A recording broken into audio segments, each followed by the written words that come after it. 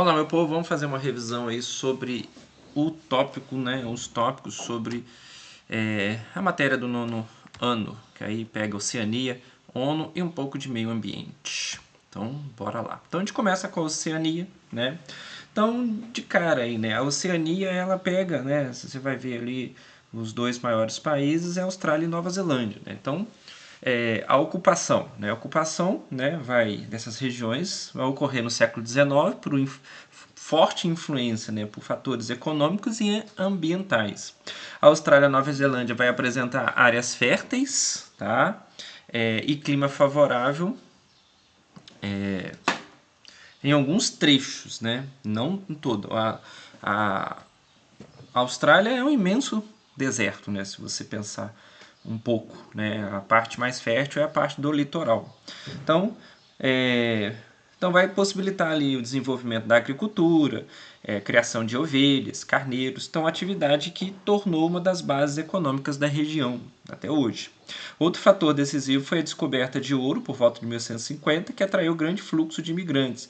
Vai acelerar a urbanização, vai expandir o povoamento, né? E nem todo o território possui clima temperado e a colonização não dependeu de mão de obra escrava, pois a Austrália chegou a ser colônia penal britânica. Então, mandava a galera para lá para cumprir pena. Então, era como se fosse um grande presídio, né? Então, tá aí como características gerais, né? Possui 44 milhões de habitantes, então é uma população menor que São Paulo. O continente é o mais novo, então o último a ser ocupado pelos europeus, geologicamente formada por um único bloco continental, né, ilhas vulcânicas. Então, a Oceania é o menor continente do mundo, formado por 10 milhões de ilhas e 14 países. A Austrália ocupa quase 90% dessa área, aí, seguido pela Nova Zelândia, que são as duas maiores ilhas, né, do continente. E um continente com grande diversidade cultural e linguística, sendo o inglês o idioma predominante nas áreas mais populosas que foram colônia da Inglaterra, né? Então, o idioma vai ser esse mesmo, né? Mas você tem centenas de línguas nativas que são faladas. Aí está um pouco da economia, né? A agropecuária, 3,6% do PIB da Austrália, né? Ocupa 6% das terras arábias, né? Pegando o litoral. Produtos que são cultivados, né? Cana-de-açúcar, cevada, carne, leite, algodão, uvas, vinho e lã. Na pecuária extensiva é praticada em áreas semiáridas e os bovinos é a sétima maior rebanho, né? Com 24 milhões de cabeças. Ou já os ovinos é o segundo maior, atrás apenas da China. Então, com relação à sua fauna, é extremamente singular devido ao isolamento geográfico. Então, a gente aprende isso na evolução das espécies, né, com Darwin, que quando o ambiente se isola, a tendência dele é criar uma fauna e uma flora diferente de outros lugares. O que permitiu o surgimento de espécies únicas como cangurus, koalas, ornitorrincos, o diabo da Tasmânia, que está aí, bonitinho para você. Os cangurus então, são exemplos desses animais diferentes, ok? Então tá aí, ó, endêmicos da Austrália. Continuando aí, a gente tem a questão da criação da ONU. Então a ONU foi criada em 1945, né, logo após a Segunda Guerra Mundial, né? Com o objetivo de evitar novos conflitos, promover a paz e a cooperação internacional, ou seja, a ajuda internacional para manter a paz. Seu papel envolve mediação de disputas, então ela não vai, né, ela vai ficar ali e chamar todo mundo para conversar. Ajuda humanitária, então levar comida, remédio, água para locais que precisam.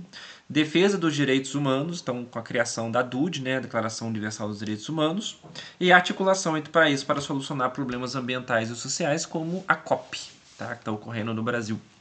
Agência ligada à ONU, que desenvolve, né, funções específicas, né? Então tá aí, a Organização das Nações Unidas foi criada em 1945, visava promover a paz, a segurança internacional, os direitos humanos e o desenvolvimento socioeconômico.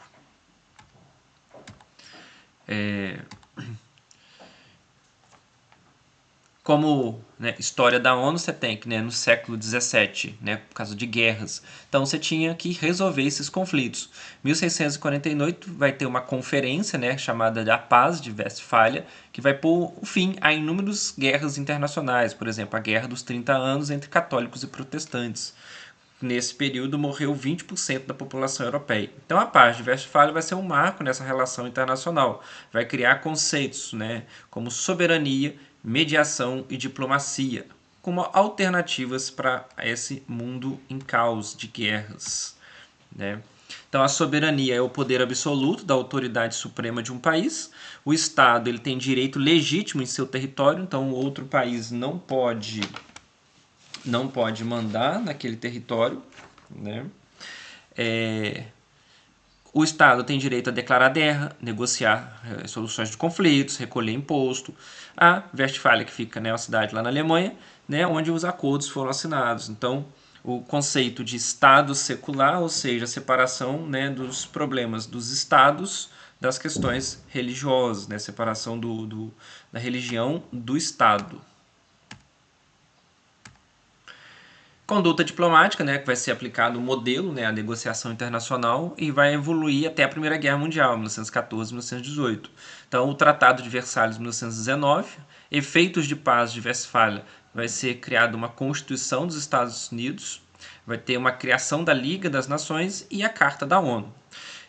Desestimulando a guerra e promovendo a civilidade entre os estados soberanos, ou seja, né, tentando buscar uma paz, né? Continuando, a gente tem aí questões atreladas à questão do efeito estufa, né? Então, o efeito estufa, que é um dos temas, né, que a ONU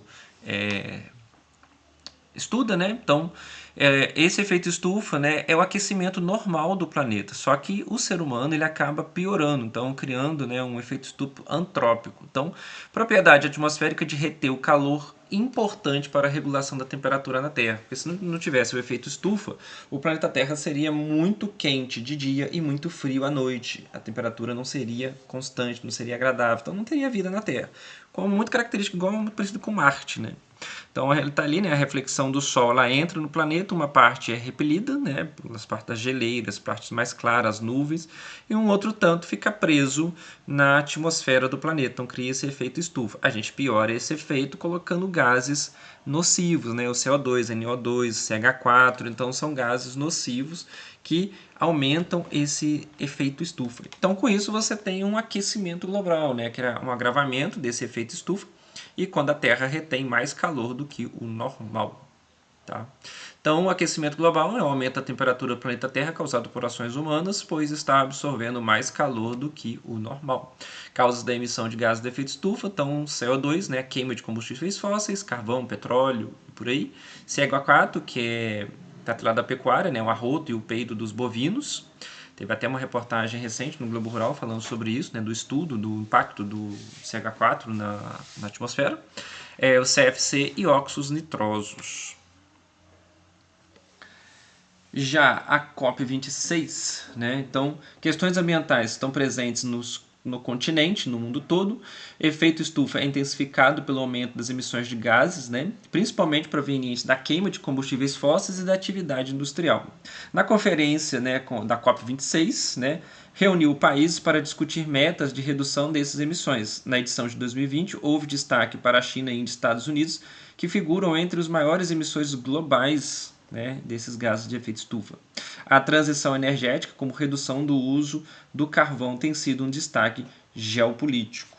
Tá? Então, é uma forma de tentar chegar e impedir, né, esse aquecimento do planeta. Com relação a isso, você tem outra ação ambiental importante em escala global, é a proposta de construção de uma grande muralha verde, que envolve reflorestamento, proteção do solo e técnicas agrícolas sustentáveis. Essa iniciativa busca conter o avanço da desertificação, sobretudo em regiões secas do planeta. Aí você tem um exemplo aí de uma tentativa de se construir uma grande muralha verde para reduzir o avanço do deserto do Saara nesses países aí. Você tem Mauritânia, Mali, Níger, Chad, Sudã, né? Então são áreas Burkina Faso, Nigéria, Etiópia, então para evitar, né, o aumento do deserto. Então tem aí uma foto, né, dessas pessoas plantando uma vegetação para impedir o avanço da desertificação daquela área lá. Uma das agências, né, ligadas à ONU vai ser a OMS, né, que é a Organização Mundial de Saúde. A gente ouviu falar muito dela no período da pandemia. Então, o que ela faz? Ela coordena ações de saúde global, como vacinação, controle de epidemias, emissão de alertas sanitários. Então, seu protagonismo durante a pandemia de Covid-19 se deve justamente ao seu papel de orientar e monitorar emergências de saúde pública. A ONU também promove ações educativas, programas de combate à pobreza, defesa de direitos humanos, e em exemplo disso estão iniciativas que fortalecem a igualdade, justiça social e proteção de grupos vulneráveis. Aí está uma foto aí, né, do famoso Muro de Berlim. Né? Então, ao longo da história, conflitos entre países levaram à construção de fronteiras físicas como muros. Exemplo mais conhecido inclui-se o Muro de Berlim, que dividiu a Alemanha durante a Guerra Fria. A ONU atua para evitar que conflitos cheguem a este ponto, promovendo diálogo, negociação, envio de missões de paz e mediação diplomática. Então, tudo isso é o papel da ONU. E nisso, né, ela pega, né, o conceito de soberania estatal, né, que vai referir-se ao poder exclusivo de um Estado exercer dentro de suas fronteiras sem interferência externa. A ideia de Estado moderno foi fortalecida lá na Paz de Westfália, em 1648, quando se consolidou a noção de fronteiras físicas e independência política. Já o Estado-nação, que é a mesma coisa que país, é a união entre o território delimitado de uma população e um governo soberano que exerce autoridade sobre o seu espaço.